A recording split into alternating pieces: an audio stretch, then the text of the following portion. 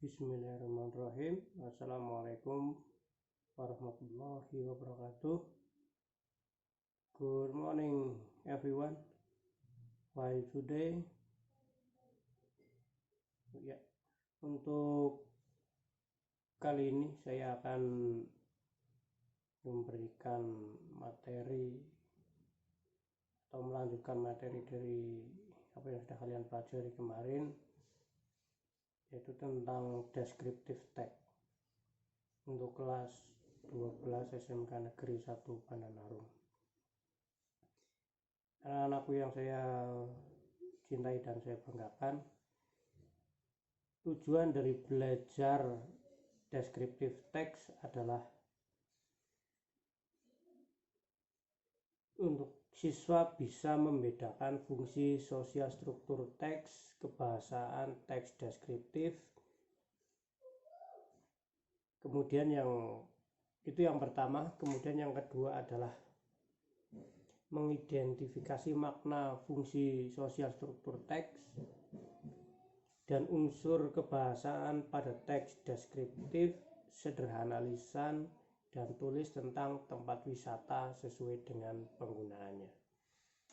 Kemudian yang ketiga adalah menjelaskan informasi dan isi deskripsi lisan dan tulis tentang tempat wisata, dan dengan memperhatikan tujuan komunikasi struktur teks dan unsur kebahasaan teks deskriptif sesuai dengan konteks penggunaannya.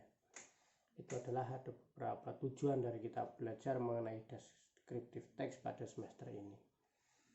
Nah, yang perlu kalian ketahui, pengertian dari descriptive text itu sendiri adalah is a text which say what a person or a thing is like. Its purpose is to describe and reveal a particular person, place, or thing. Jadi maksudnya adalah teks yang menjelaskan gambaran seseorang atau benda. Nah, tujuannya adalah menggambarkan atau mengungkapkan orang, tempat, atau benda tertentu. Itu yang bisa kalian gambarkan. Kemudian yang tidak kalah penting dari pengertian teks deskriptif seperti yang saya jelaskan di atas adalah tujuan kebahasaan dari teks itu sendiri adalah untuk menggambarkan dan mengungkapkan ciri-ciri benda, tempat, atau makhluk tertentu secara umum dan sederhana tanpa adanya riset atau penelitian secara mendalam dan menyeluruh. Nah, yang paling penting sekali perlu kalian ketahui adalah struktur kebahasaan dari descriptive text. Ya, yang pertama itu adalah identification. Nah, itu. Apa itu identification? Identification adalah bagian dari descriptive text yang berisi tentang topik atau apa yang akan digambarkan atau deskripsikan. Nah, untuk identification ini biasanya muncul pada awal paragraf di dalam teks deskriptif. Kemudian yang kedua adalah description. Description adalah bagian terakhir dari descriptive text yang berisi tentang pembahasan atau penggambaran tentang topik atau apa yang ada di identification mengenai penampakan fisik, kualitas, perilaku umum maupun sifat-sifatnya. Itu biasanya ada di paragraf tengah-tengah, ya. Kemudian yang tidak kalah penting dari struktur kebahasaan teks itu ada ciri bahasa teks deskriptif. Nah, ini biasanya kalau kita menceritakan sesuatu itu adalah sesuatu hal yang sudah terjadi, dan kalau sesuatu hal yang sudah terjadi tentunya adalah menggunakan bahasa yang lampau atau kita sebut di dalam bahasa Inggris adalah simple present tense, ya.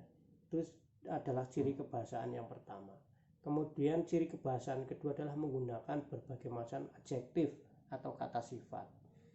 Kemudian ciri kebahasaan teks deskriptif yang ketiga adalah menggunakan linking verb atau kata kerja penghubung.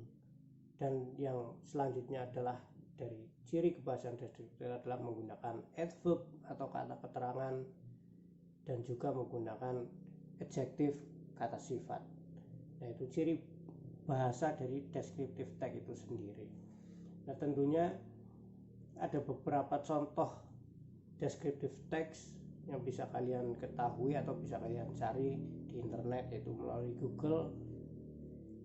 yaitu salah satu contohnya adalah mengenai bisa tentang tempat wisata atau yang ada di Indonesia yang terkenal, yaitu tentang yang ada di Pulau Bali, itu tentang Kuta Beach ya, atau juga tentang menggambarkan orang yang kita sayangi, yaitu My Beloved Mother, itu juga bisa kalian gambarkan dan sebagainya.